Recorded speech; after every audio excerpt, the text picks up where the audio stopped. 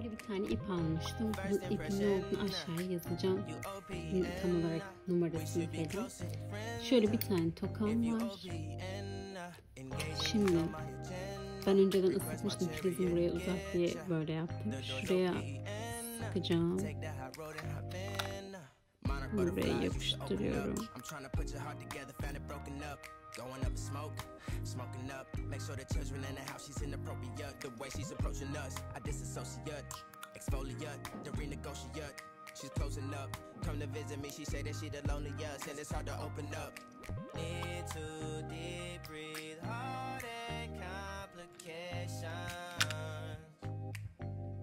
Open up, you OPN, bitch you won't be BM. Şu kalın kısmını da yapıyorum. Onun için de şuraya biraz yapıştırıcı sıktım.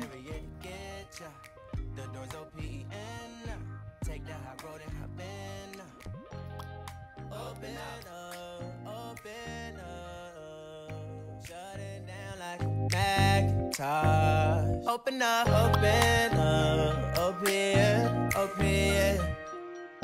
Cold as ice and Toka. Open up.